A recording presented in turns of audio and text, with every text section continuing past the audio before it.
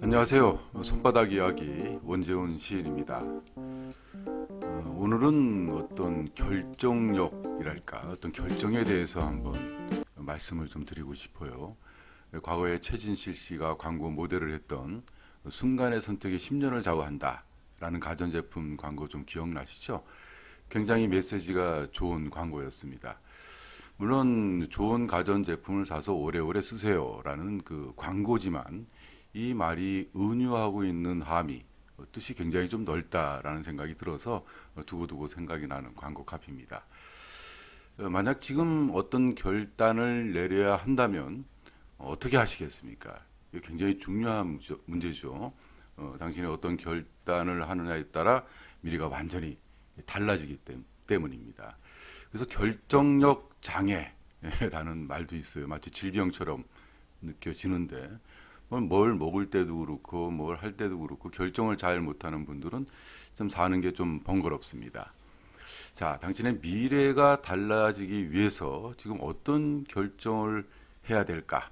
뭐 이런 고민이 있는 분들이라면 제가 들려드리는 이야기를 한번 잘 들어보시기 바랍니다.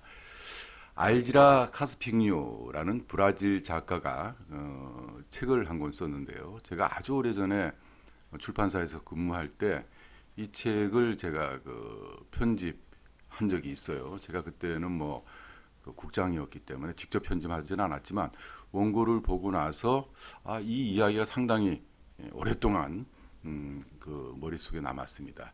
그 제목이 뭐냐면 그래서 제목을 제가 절벽에서 젖소를 떨어뜨린 이유로 달자 해서 이제 그거로 책이 나갔죠. 많은 사람들한테 호응을 받았습니다. 절벽에서 젖소를 떨어뜨린 이유가 뭘까? 그 얘기를 제가 좀 해드릴게요. 한 스승과 제자가 길을 가다가 한 농장에 도착했어요. 그 농장 상당히 넓고 좋은 위치가 있었어요. 그 위치가 참 좋은 데 있었는데 이 겉모습이 굉장히 황량했습니다. 이 스승이 농장 한가운데 있는 그 집의 문을 두드리자 세 아이를 둔 부부가 그들을 맞이했죠. 들어가 보니까 굉장히 누더기처럼의 추레한 모습들이었습니다. 스승이 이렇게 물어봤어요. 이곳에서 어떻게 생계를 꾸려 가십니까? 그러니까 이제 집주인이 이렇게 대답을 했습니다. 우리에겐 매일 몇 리터의 우유를 만들어주는 젖소 한 마리가 있습니다. 그거로 그럭저럭 살고 있어요. 이렇게 대답을 했습니다. 스승은 거기서 이제 대접을 받고 이제 집을 나와서 돌아가는 길에 제자에게 이렇게 말합니다. 저기 저 집 젖소를 절벽 밑으로 떨어뜨리거라. 그 제자가 당황하죠. 아니 그것 때문에 겨우겨우라도 살고 있는데 그 젖소 그 가족의 유일한 생계 수단입니다. 그랬더니 스승이 아무 말도 안 했어요. 그러니까 스승을 존경하는 제자는 그 뜻을 알 수는 없었지만 몰래 젖소를 절벽 밑으로 떨어뜨려 버렸습니다. 그리고 나서 이제 몇 년이 지난 뒤에 제자는 가끔 걱정이 돼요. 야, 그때 그 젖소를 내가 떨어뜨려서 혹시 더 안 좋게 되지 않았을까? 혹시 극단적인 선택을 하지 않았을까? 이런 걱정 되잖아요. 그죠? 그야말로 유일한 생계의 수단이었는데. 그래서 다시 그 농장을 찾아가 봤어요. 그런데 놀랍게도 그것은 굉장히 풍요롭고 아름답게 변해 있었습니다. 집도 근사하게 다시 지었어요. 그 제자는 집 안에 들어가서 어떻게 도대체 이렇게 그 농장을 잘 가꾸었느냐 이렇게 물어봤습니다. 그때 집주인이 이렇게 말했습니다. 우리에겐 젖소 한 마리가 있었죠. 하지만 어느 날 절벽에서 그만 떨어져 죽고 말았습니다. 이 전 가족을 먹여 살리기 위해서 농장에 작물을 심을 수밖에 없었죠. 그리고 쓸데없는 나무 잘라내고 새로운 묘목을 심었습니다. 몇 년 뒤에는 면화 농사까지 지었어요. 그렇게 몇 년을 보내고 나니 지금 생활이 많이 달라졌습니다. 그때 젖소가 절벽에서 떨어진 것이 얼마나 다행인지 모르겠습니다.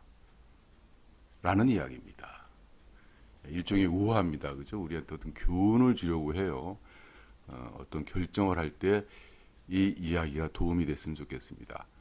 저는 이 우화에서 5가지의 포인트를 좀 생각해 봤습니다. 첫 번째는 일단 지금 있는 곳에서 변화를 시도하라 이겁니다. 세상이 변하기를 바라지 마세요. 딴 곳에 가서 뭘 하려고 하지 말고 지금 있는 곳이 당신에게 어쩌면 최적지일 수 있습니다. 많은 사람들이 그런 말을 하잖아요. 내가 변해야 된다. 뭐 세상이 변하기를 어떻게 바라겠습니까? 내가 변하고 네가 변하고 이렇게 많은 사람들이 각각이 더 파워 오브 원이죠. 각각이 변한다면 세상은 변화하는 겁니다. 일단 농장을 떠나지 말고 거기에서 뭔가 방법을 모색하라. 이런 메시지를 저는 받았습니다. 자, 두 번째는 버릴 것과 취할 것이 무엇인지 그 구분을 확실하게 잘해야 됩니다. 이야기에서는 남이 대신 절벽에서 그 젖소를 밀어 떨어뜨렸죠. 때로는 내가 직접 밀어야 할 때도 있습니다. 한번 곰곰이 생각해 보십시오. 이렇게 내가 사는 이유가 야 이거 내가 뭐 이런 생각 들지 않으세요? 야 이거 내가 계속 이 일을 해야 되나? 그럼에도 불구하고 매달 나오는 급여 혹은 생계비 때문에 우리는 솔직히 삶을 이어가곤 합니다. 그렇다고 해서 먹을 간두고 딱히 뭐가 있겠어요? 이것은 우화라는 것을 생각해야 됩니다.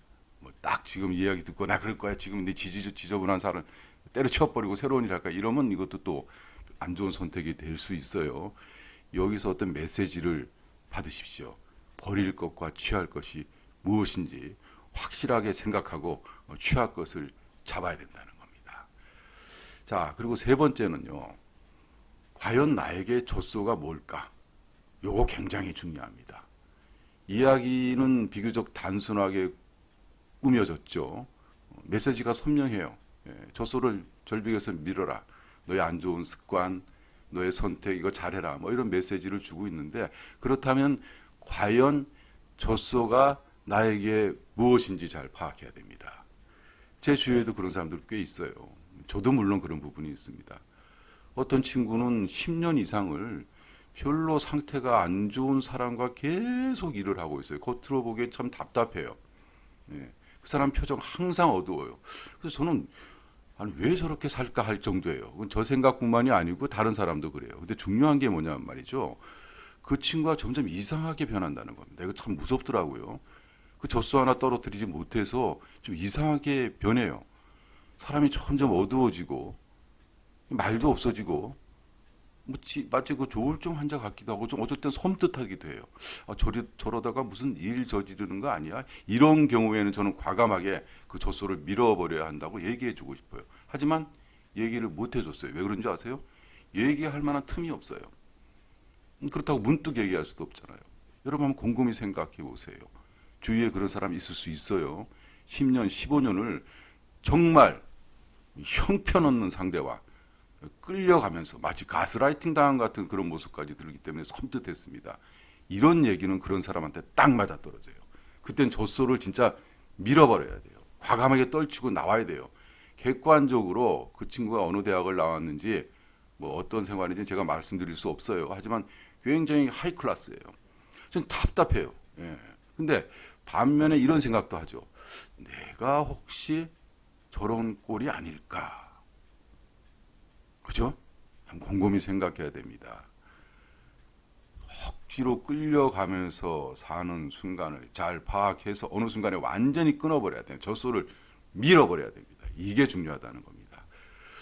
그리고 네 번째는 말이죠. 이 이야기 중에 좀 이상한 부분 못 느꼈었습니까? 스승이 절벽으로 젖소를 떨어뜨리라는 이유를 절대 말해주지 않아요. 이게 저는 굉장히 그 가슴 깊이 와닿았어요. 그 당시에도.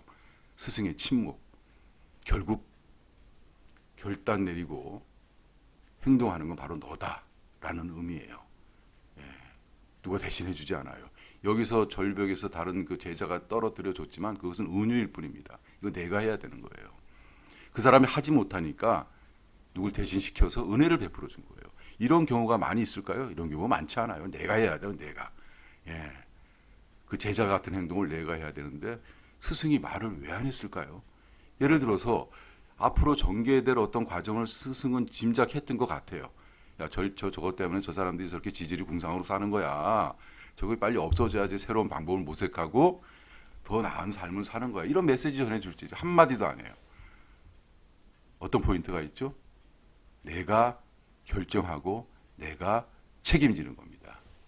네, 딱 한마디만 했어요. 절벽으로 떨어뜨려 버려라. 이게 위대한 전자들의 말입니다. 우리가 이런 스승을 만날 수 없죠. 그래서 뭘 봅니까? 책을 봅니다. 책에서 이런 메시지 잘 얻을 수 있어요. 결국 내가 해야 되는 겁니다. 그리고 마지막으로 제가 잠깐 말씀드린 제 지인의 상태라면은 관계 정리 빨리 해버려야 됩니다. 관계 정리 힘들어지면 세상 살기 참 힘들어져요.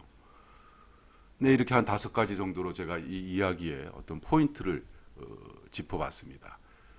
이것이 직접적인 도움이 됐으면 참 좋겠지만 적어도 한 번쯤 내 삶을 뒤돌아보는 변곡점의 이야기가 됐으면 참 좋겠습니다. 여러분의 조건은 과연 무엇인지, 여러분은 혹시 최선이 있는데 차선의 삶을 살고 있는 것은 아닌지, 그걸 결정하고 행동하는 사람은 누굽니까? 스승도 아니고 제자도 아니고 저도 아니고 바로 이 방송을 듣고 있는 당신입니다. 그래요. 다음 주에도 더 좋은 내용으로 여러분 찾아뵙겠습니다. 여러분 행복하시고 건강하세요.